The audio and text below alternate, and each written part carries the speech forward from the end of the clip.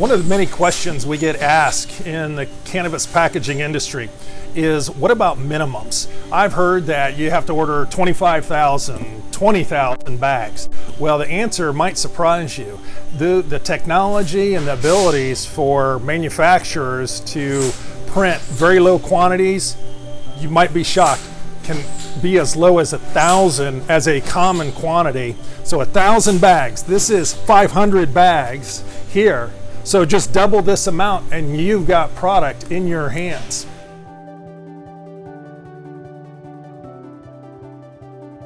The second question you might ask yourself is, well, but my product isn't like somebody else's product, or my product isn't like this other product that I have.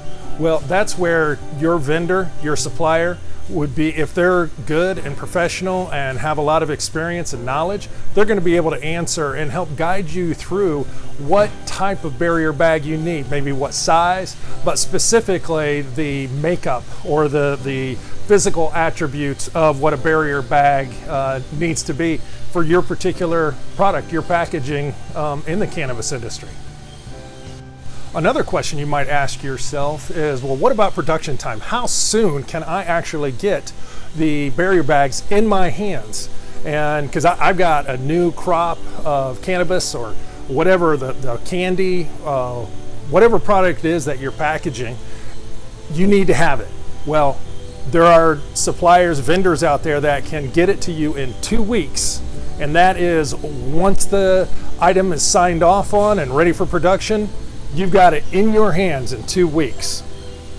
Another concern that we hear a lot in the packaging industry for cannabis is, well, what about colors? I'm probably limited to, what, 1 color, 2 colors? And the answer is no. You can print that few of colors, but again, the technology has come to a place where you can do photographic quality and you can have as many colors as you want.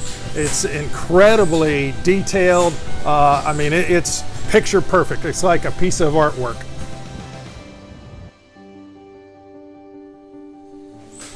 One item that gets overlooked very often in the cannabis industry is, in the packaging, is the UPC symbol.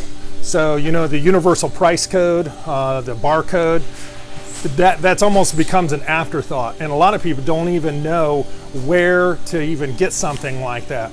Well, on the screen you'll see the web address to how to get the ball rolling and who you go to get that and so on, because a lot of people, that seems way beyond their capabilities of making that happen. But you'd be surprised. It's a very simple process actually, and you don't need to be intimidated by it. Another often asked question is, well, what about the physical makeup of the bag? What about add-ons, hang holes? You know, do you want just a simple little hang hole where, so you can just hang it on a hook? Do you want tear notches? Do you want a resealable, a ziplock? Do you want a sombrero type hang hole for your particular hardware that you have on hand? Or you don't want any hang hole at all. You just want the tear notches. Or how about a spout? How about a craft bag that's clear on the front, craft on the back, but it's still a barrier bag, and it has the ziplock and the bottom gusset so it can just stand up. All those are absolutely a possibility.